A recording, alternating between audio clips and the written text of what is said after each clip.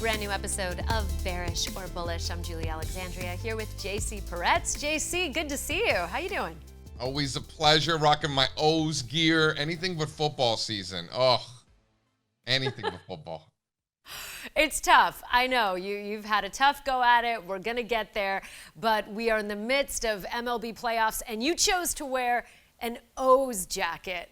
I question your motives. Well, that's just how I roll, Julie. You know, sometimes I'm just in the kind of mood to be rocking some Orioles gear. I grew up an Orioles fan. You know, the Orioles used to do spring training down in Miami Stadium, so those are the first baseball games I used to go to. I keep it real. You don't forget where you're from, Julie. Never, never. Don't forget your roots, because they will never forget you. Okay, let's get to it. Bearish or bullish? Oil breaks out above 80. 100 next? Bearish or bullish? Yeah, I think as investors, as consumers, as civilians of Earth, I think we all need to accept the fact that $100 oil is coming, and realistically, it's probably going to go a lot higher than that. But let's get to 100 first. I mean, we've been waiting for this breakout above 76, and it's like, listen, if and when it breaks out, we want to be bullish, target of 100. The question, I mean, we were pretty confident that it was going to break out. The bigger question was how long it was going to take. You know, and I was saying, you know, at some point in the fourth quarter, and Straza in the office is like, it's happening next week, it's happening next week. And I'm like, all right, I'll believe it when I see it. And he was right. It happened a lot faster than even I anticipated, which is fine. You know, we're in, obviously, you know, adding to bullish positions, not just in the commodity itself, but in the stocks as well, the explorers and producers. You know, these are little tiny companies in comparison to these massive growth stocks. So if oil's going to 100 or 115 or 120 or even more, some of these stocks are going to double, triple, quadruple. These could be monster winners. Okay, fill up your cars now. Interest rates keep ripping. The bond market was right all along. What? Tell me about this take, bearish or bullish. You know, this morning you even said that you don't trust people. You trust dogs? Okay, which I get. And you trust the bond market, really, blindly. Tell me about this take. I don't trust people. People lie. People are wrong all the time. I trust dogs and I trust the bond market, right? That's where you want to focus on. Dogs never steer you wrong. You have a bad day, they're going to be there. They're going to love you.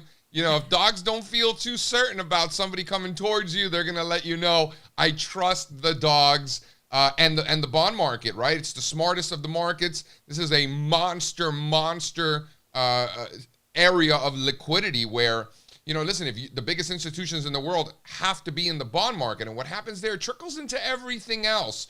So if you're ever curious as to what's going on in the world, look at the bond market, and the bond market, in my opinion, had been pointing towards higher oil prices, and that's what we're seeing. So yeah, bullish on interest rates, bullish on the bond market as information, and bullish dogs, for sure. Good barometer to test by. Okay, Bitcoin dominance. Are you surprised that the alts are not participating in this whatsoever? Talk to me.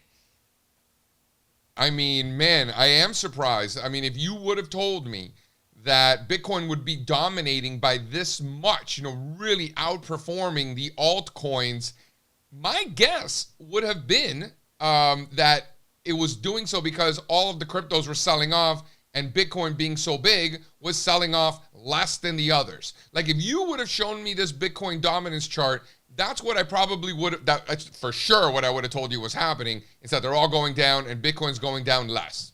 And it's actually the opposite. It's Bitcoin going up more than all of the other ones. And that is, you know, it's why we do this, Julie. Nothing surprises me anymore. You know, oil traded below 30. You know, Bear Stearns, Lehman Brothers, these things are disappearing overnight. You know, at this point, I've seen so much that I'm just numb. It's like nothing surprises me. It's like, yeah, of course, Bitcoin dominance is going to rally and Bitcoin's going to be the leader. And maybe these Bitcoin maxis are right. Maybe that is going to be the one winner and all the other ones are going to zero. I don't think that that's what's going to happen.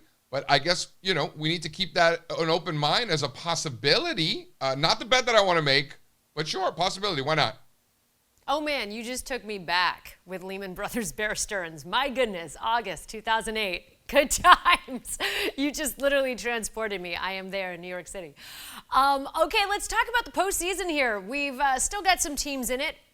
Give me your take. What's going to be the 2021 World Series matchup? Who's it going to be? Oh, I don't know, Julie. I don't know. I saw a picture the other day of Smoltz and Glavin and Avery. And like it took me back to the 90s, me as a kid. I used to like the Braves. I did. How can you not like that old staff? So I don't know. Maybe the Brewers, but I've had enough of Milwaukee winning. I don't know. What? Do you even know who's playing in the postseason?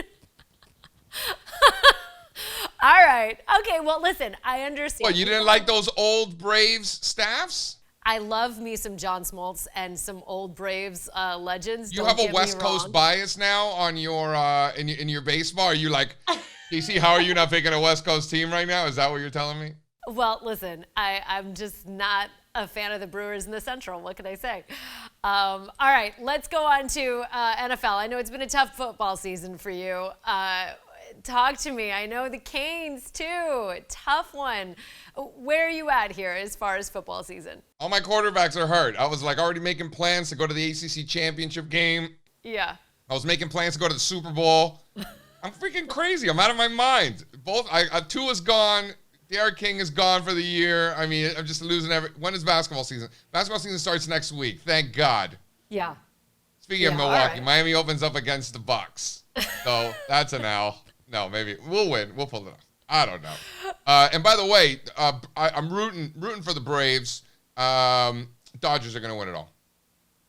Wow. Okay. FYI, I didn't finish mine. You think so? Yeah, and then the Heat are going to win the NBA Finals. And the Dolphins are not going to the Super Bowl. The Dolphins are not. They get your hopes up that they are going to be something different every single year, and somebody was tweeting. They were like, "Oh, the Dolphins are like that X that keeps coming back, that keeps promising you they changed, and still the same." That's the Miami Dolphins. So good. Awesome. I appreciate your predictions and also your takes on bearish or bullish. Thank you so much, JC, for joining us for all of this and so much more. You can check out allstarcharts.com for all the latest. What are you going to do if oil's at 150? Are you prepared for that in your portfolio, number one, and are you prepared for that in your life? Not at all. I really you don't even know. You know, as Americans, as investors, we have the ability to either sit around hoping something doesn't happen or anticipating, yeah, that's probably going to happen, especially because everyone hopes it doesn't. So let's make as much money off of it as possible.